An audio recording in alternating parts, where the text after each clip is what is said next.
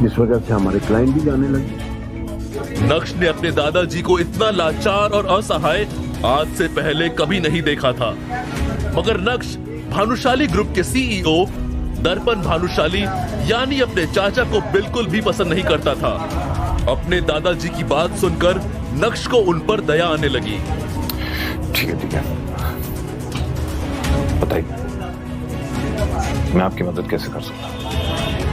मैं चाहता हूँ कि कंपनी तुम संभाल लो और अपने पापा की तरह इस कंपनी को चलाओ। तो आप चाहते हैं कि मैं ये कंपनी ज्वाइन कर लूं, मतलब अपने चाचा के अंडर काम? लेकिन नक्श के यहाँ आने का मकसद कुछ और भी था। वो अपने दादाजी की बात में आकर किसी भी बात पर हाँ करने के लिए तैयार नहीं था।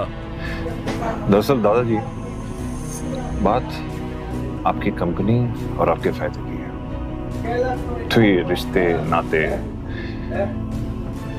बस आप जैसे शब्दों का इस्तेमाल नहीं करते हैं, इसे पीछे छोड़ दीजिए। आपकी मदद करने के लिए मैं तैयार हूं, लेकिन बदले में आपको भी कुछ ऐसा करना होगा जिससे मैं खुश हो सकूं, जिससे मेरे और मेरे पिताजी पर खोया हुआ सम्मान लौट सके। ज्यादा कुछ नहीं करना है आपको, बस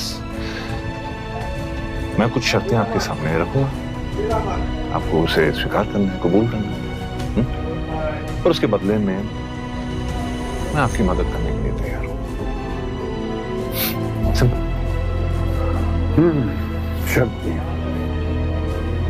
अब तुम अपनों के आगे शर्तें रखो। इस दुनिया में रहना है तो दुनिया के तौर तरीके से ही बात करनी पड़ेगी, और शायद इसी में मेरा फायदा। वो कहना कि आपको मेरी जरूरत है, मुझे आपकी नहीं।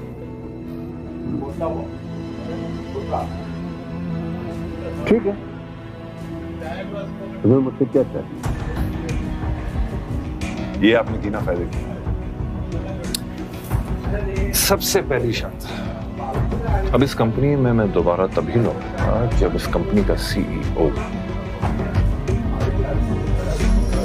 मैं बनूंगा, ठीक उसी तरह जिस तरह मेरे चाचा ने मेरे पिताजी की जगह ले ली थी। मैं ये बात तो जानता था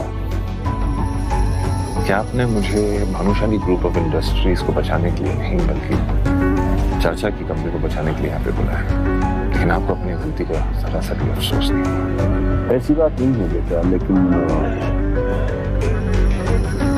अच्छा ये बताओ तुम्हारी बाकी की शर्तें क्या है? मेरी दूसरी शर्त यह है दादाजी कि इस कंपनी को मैं तभी ज्वाइन करूंगा जब इस कंपनी में काम करने की मुझे पूरी फ्रीडम मिलेगी। इस कंपनी में कितने पैसे आ रहे हैं, कितने पैसे जा रहे हैं, सब मेरी जुरिस्डिक्शन के अंदर होगा। सब ये समझ लीजिए कि अब ये कंपनी मेरे हिसाब से चलेगी। तुम्हारी शर्तें सुनकर लग रहा है कि जैसे कि तुम मुझसे कोई बदला ले रहे हो। मौके के दस्तूर को नक्श अपने हाथों से नहीं जाने दे सकता था, इसलिए आज कठोर होकर उसने दिल की सारी भड़ास अपने दादाजी के सामने बाहर निकाल दी थी। और किस्मत देखिए, आज समय भी नक्श का साथ देता हुआ नजर आ रहा था। नक्श का ये रूप यशवर्धन ने पहली बार देखा था। उन्होंने तो नक्श को बहुत सीधा साधा समझा था और उन्हें लगा था कि नक्श से बात करना बहुत आसान होगा, लेकिन मिलने के बाद उनकी सोच पूरी तरह से गलत साबित हुई थी। शायद उन्हें भी समझ आ गया था कि नक्श को सब पता चल गया है। वैसे क्या पता चल गया है, उसके लिए आपको थोड़ा और इंतजार करना होगा। मैं नहीं जानता कि तुम्हारी इन शर्तों से तुम्हारे चाचा पर क्या गुजरेगी, लेकिन मुझे तुम्हारी शर्तें मंजूर हैं। अगले हफ्ते से तुम भानुशाली ग्रुप के सीईओ की पोस्ट पर ज्वाइन कर सकते हो।